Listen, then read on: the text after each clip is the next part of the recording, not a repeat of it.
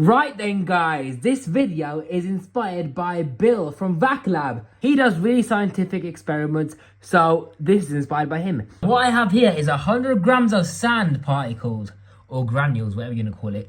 And I'm going to embed it into my carpet. This is a low pile carpet, so it should be quite interesting.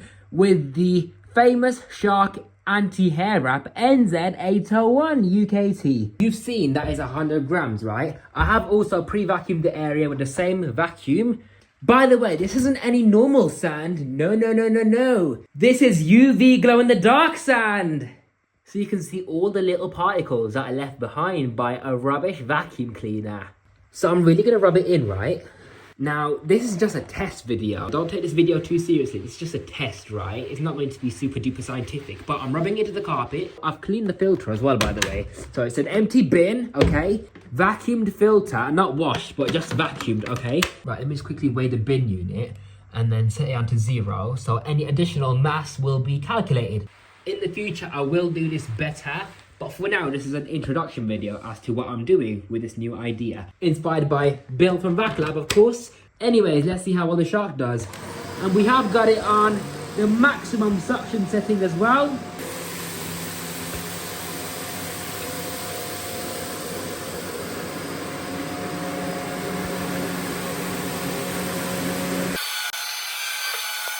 Yeah, to be honest with you, I think I've used way too much sand. I think I might use 10 grams next time, because this is quite a lot, especially considering the pile of the carpet being a low pile carpet.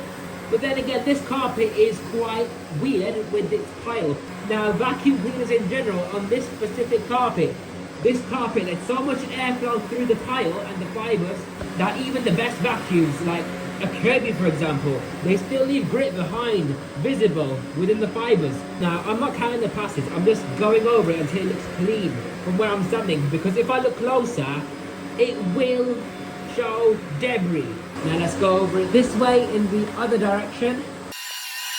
When you vacuum in a different direction, you are going to pick up more dirt. And I'm vacuuming really slow compared to how most people would vacuum. So I'm really giving the shark a fair chance.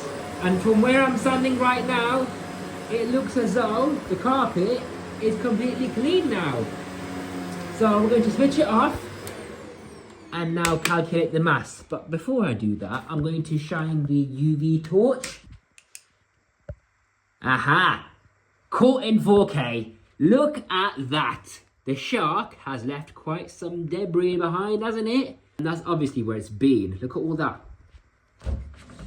The shark has left quite a bit behind on a low pile carpet. Switch the scales on.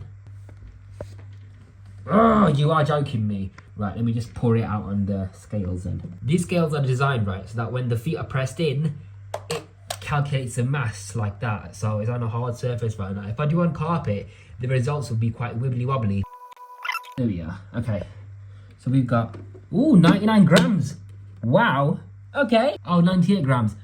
Yeah, that's actually quite good, you know. Shark, well done. I'm sorry for slating you. You're actually a good vacuum. It has picked up 98% and only left 2 grams behind in the carpet. Fantastic result. Hold on, let me just extract this material.